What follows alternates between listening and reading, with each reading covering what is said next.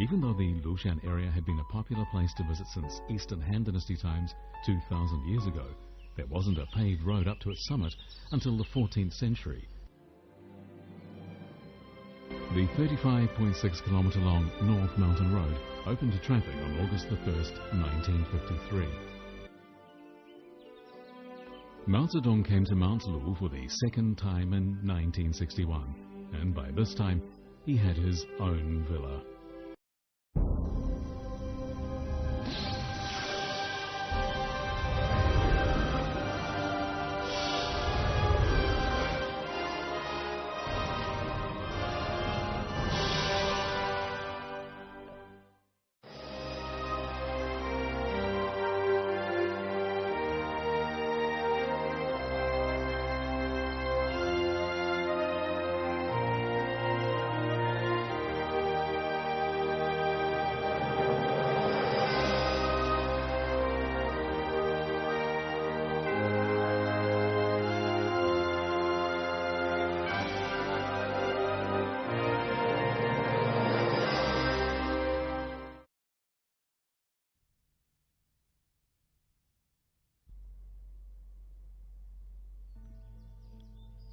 Along the path winding through the crevices of hills, I overlooked the valleys and hills beside Iron Boat Peak.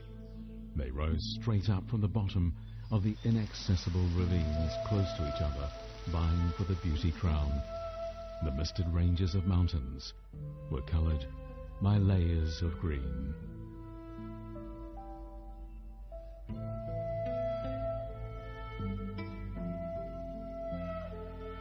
The words you have just heard come from a travel diary written nearly 400 years ago. They describe the scenery to the two sides of a path on Mount Lu. The path originates in the Shimenjian Valley, so it is known as the Shimenjian Path. The person who wrote the description was the famous geographer and travel writer Xu Xiake.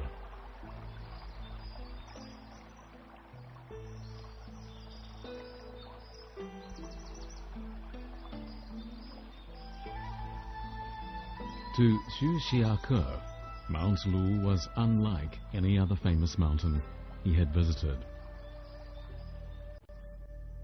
Rising between the Xunyang River and Lake Poyang, it was surrounded by water on three sides. Xu Xiake believed that being surrounded by water gave a mountain a spirit of elegance and gentleness.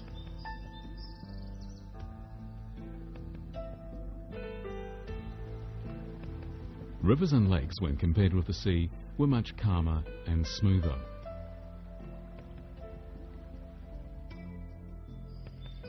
While mountains that were close to the sea tended to look grand and solid, Mount Lu had a more delicate beauty.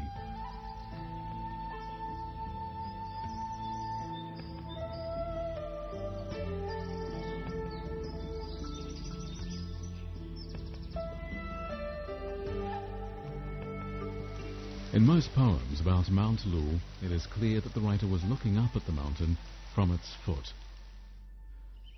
A famous line by the great 5th century poet Tao Yuanming goes, "My gaze upon the southern mountain rests." Another by the Tang Dynasty master Li Bai reads, "Like an upended stream, the cataract sounds loud." These lines are both typical descriptions of the mountain as seen from below. Later in the 11th century, Su She lamented being unable to have a full view of the mountain. He wrote, "No one ever really the true face of Lushan knew, for standing in its heart only confused their sight." So why did these great poets not depict the mountain from a more elevated position? Situated in the north of Jiangxi province near Lake Poyang, Mount Lu rises high above the plain on the middle and lower reaches of the Yangtze. The entire Lushan area covers 282 square kilometers. The highest peak, Da Hanyang, is 1,474 meters above sea level. The eastern and western flanks of the mountain are covered with steep-sided valleys and cliffs, while the southern and northern slopes are much gentler. Even though the Lushan area had been a popular place to visit since Eastern Han Dynasty times 2,000 years ago, there wasn't a paved road up to its summit until the 14th century, when Zhu Yuanzhang, the first emperor of the Ming Dynasty, ordered the construction of the path with 99 twists. There were other paths on the mountain, but these tended to be rugged and difficult and were only used by the locals when they went to cut wood and gather wild herbs. So visitors always stayed at the foot of the mountain or among its foothills. It was in these areas that most of the historic sites and temples were concentrated. Very few visitors ever climbed up to the mountain summit to gain a bird's eye view of the Lushan area.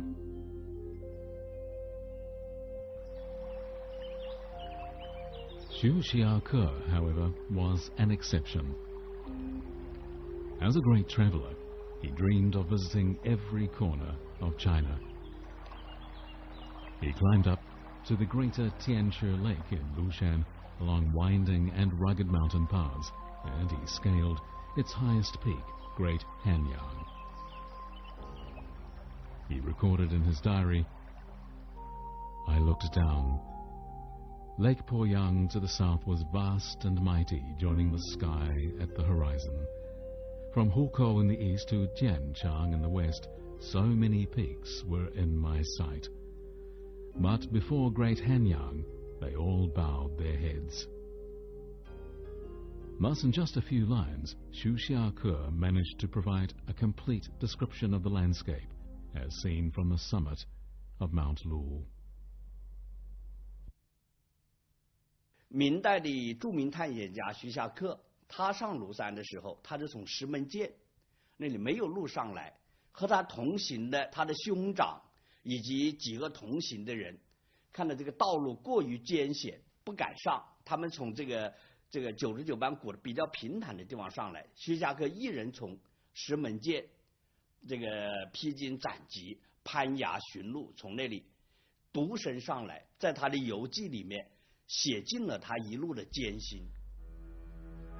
Thus, Xu Xiaoke became the first person to describe a bird's-eye view of the Lushan area. Before him, many poets had composed verses about the mountain, but they emphasized its emotional impact. What Xu Xiaoke provided was a more realistic description. In describing the ancient path with 99 twists in his diary, he always referred to it as the broad path.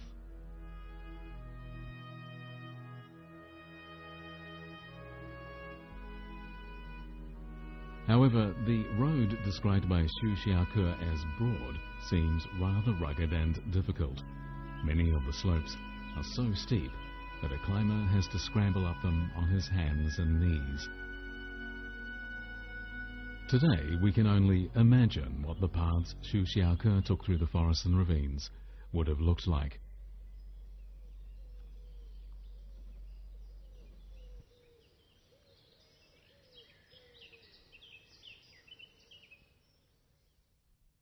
He 在明清以前，山上呢没有什么太多的没有什么土著居民，只有几座庙宇。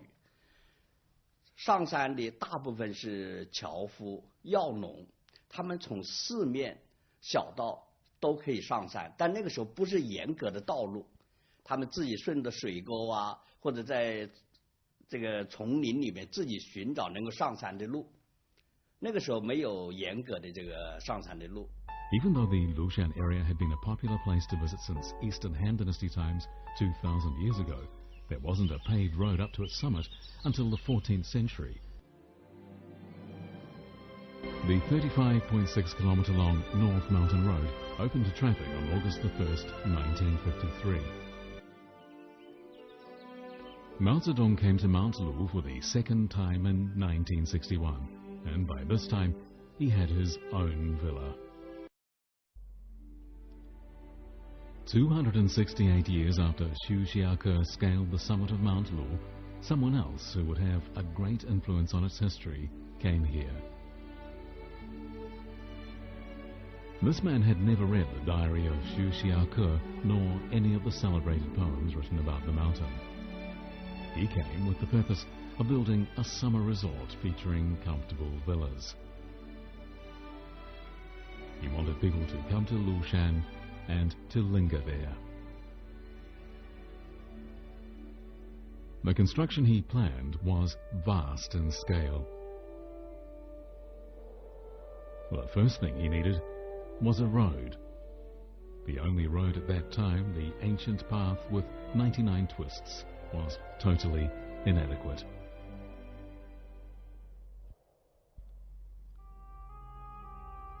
The man who built the second road up the mountain was Edward Selby Little, a British missionary.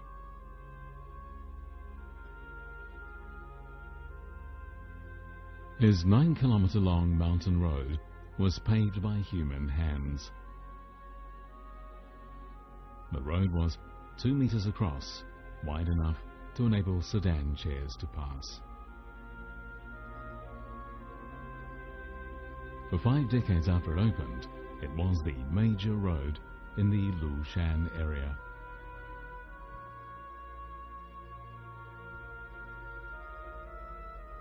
Compared to the ancient path with 99 twists, the Liangul road was far more convenient. It made living in the villas on the mountain more comfortable. For half a century until the founding of New China, this was the route that people used to reach the mountain top.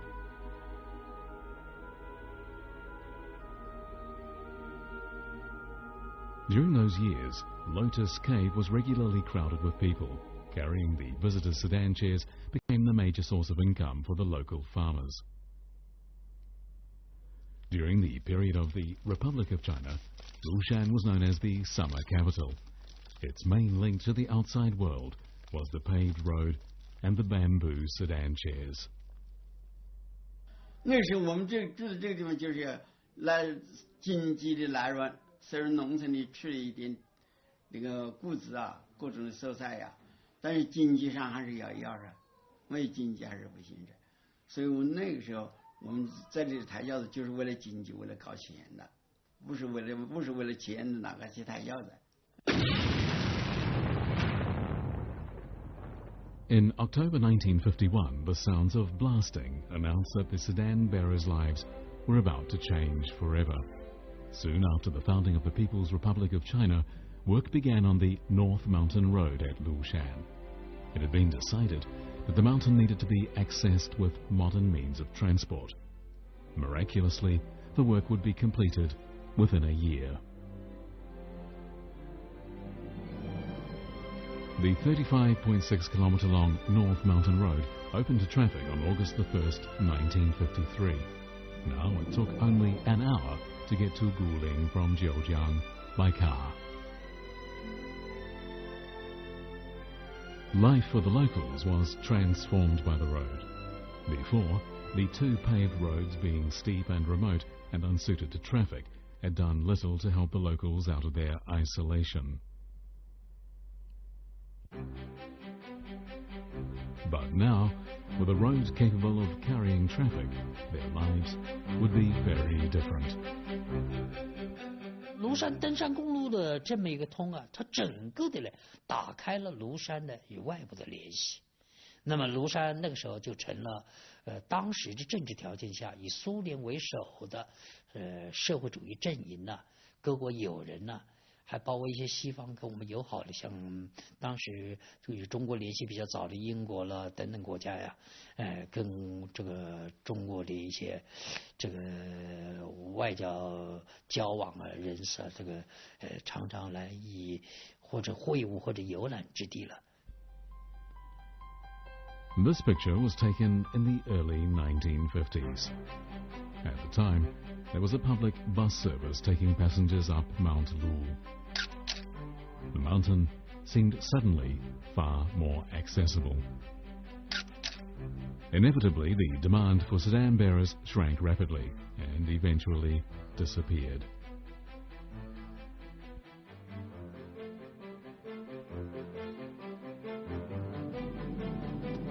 At the time, none of China's other major mountains had such a convenient route up it as the North Mountain Road. In New China, the Lushan area became, for the first time ever, a health resort for ordinary people. Under New China, the people were the masters of the country. Mount Lu became their summer retreat.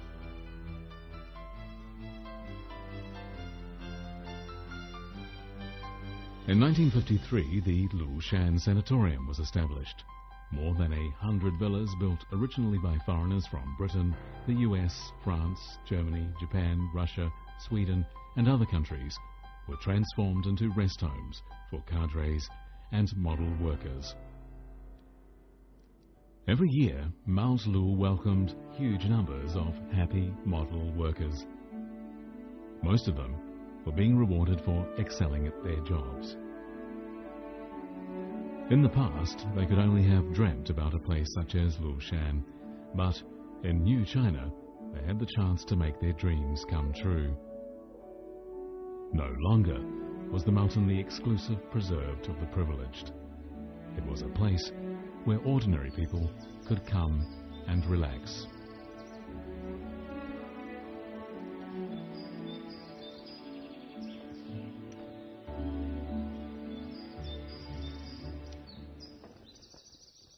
当时的规划想把庐山呢建设成为东方整个亚洲最大的疗养城。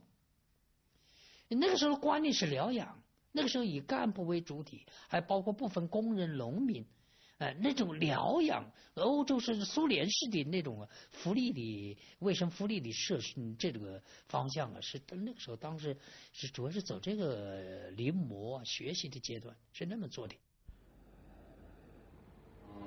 The harbour looks a little run down today, but there was once a time when everyone in Zhejiang knew it. Back then, it would be crowded with people disembarking en route to the mountain of their dreams.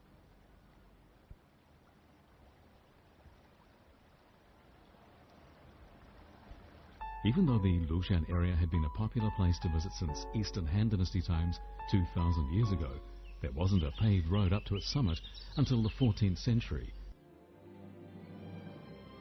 The 35.6-kilometre long North Mountain Road opened to traffic on August 1st, 1953. Mao Zedong came to Mount Lu for the second time in 1961, and by this time he had his own villa. In the summer of 1959, a steamer called the Jiangxia pulled in at this harbour. From it, a tall man disembarked. He was Mao Zedong, and he was coming for a visit to Mount Lu. In the following years, up until 1970, he would spend a total of 137 days on the mountain.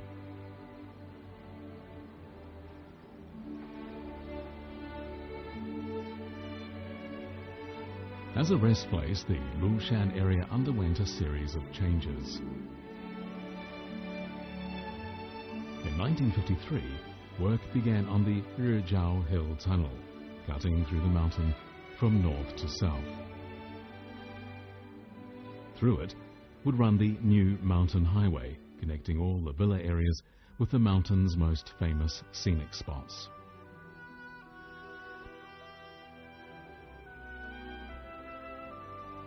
In the following year, 1954, a dam was constructed across the Lulin Valley, gathering the water that poured down the mountain slopes and creating a brand new lake.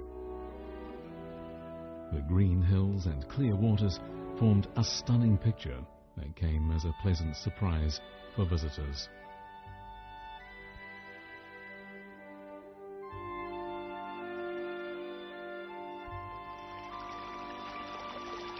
This small river is called the Changchong.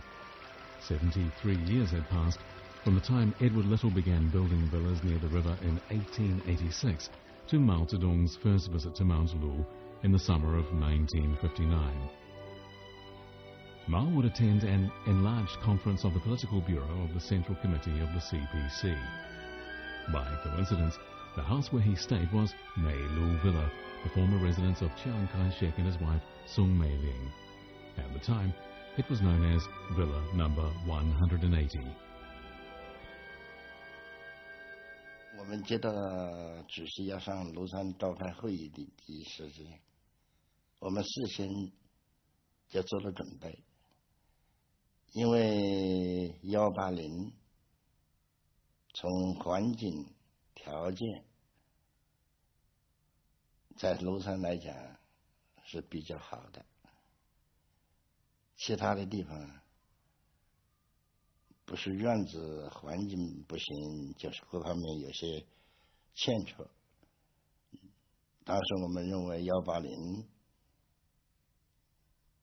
挺适合主席住的。Mao Zedong wasn't at all uneasy about staying in a house once owned by his bitter rival. In fact, on the contrary, he liked the environment. He wrote his famous poem, Ascent of LUSHAN, at a desk in this villa.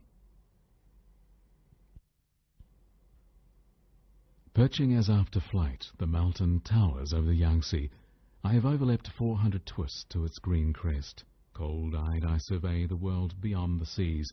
A hot wind splatters raindrops on the sky-brooded waters. Mao Zedong wanted the LUSHAN Conference of 1959 to proceed in a relaxed atmosphere, since there had been a significant improvement in the domestic situation. For this reason, he dubbed the conference the Meeting of Immortals.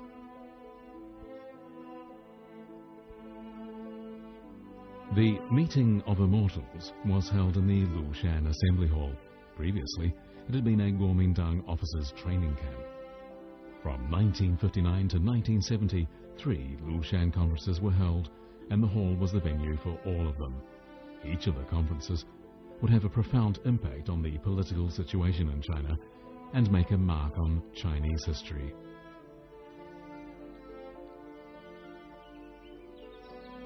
Mao Zedong came to Mount Lu for the second time in 1961, and by this time he had his own villa. The number 1 Lulin villa, located beside Lake Lulin in the south of Guling, occupies an area of 20,000 square meters. Close to the mountains and water and surrounded by trees, it enjoys a wonderful environment, and in its layout, the villa is unique. It is designed like a Beijing Siheyuan courtyard house. The interior is very spacious. The chairman's bedroom alone covers 100 square meters. But perhaps it was too large, because Mao Zedong didn't like spending the night there. He would work there during the day, but always return to Meilu Villa to sleep. 主席一般的情况都是晚上工作，白天休息。他老人家每天都要坚持游泳，主席喜欢泸陵1号、泸陵人工湖游泳，但是呢，更喜欢长江。毛主席在庐山3次会议期间，下山一共游了3次长游了长江。At LUSHAN, China's older generation of leaders often walked among the quiet hills and valleys, enjoying the beautiful scenery.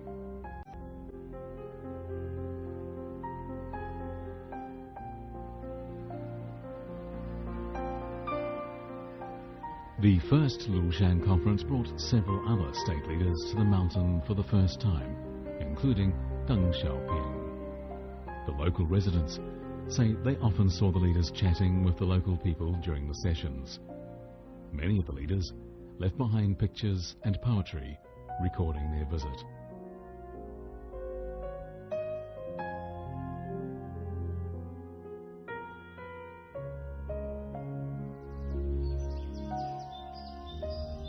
The group of buildings hidden in the forest were built in 2009. This is the Mao Zedong Poetry Garden. Tourists flock to this place to read the poems, which give a rich flavour of the spirit of the times in which they were written. Most of the verses carved here date from the chairman's first 2 visits. Mao Zedong's last visit to the mountain was shrouded in a strange atmosphere. The domestic situation was tense, and secret arrangements were made for Mao Zedong to stay at the number 175 Zhehong Road Villa, not the Meilu or number 1 Lulin Villa.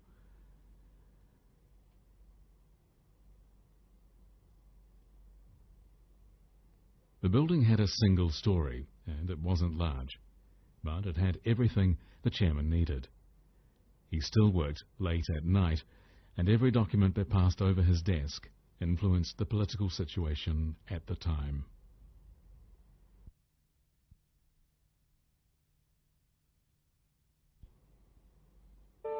Romance in Lushan was a huge success.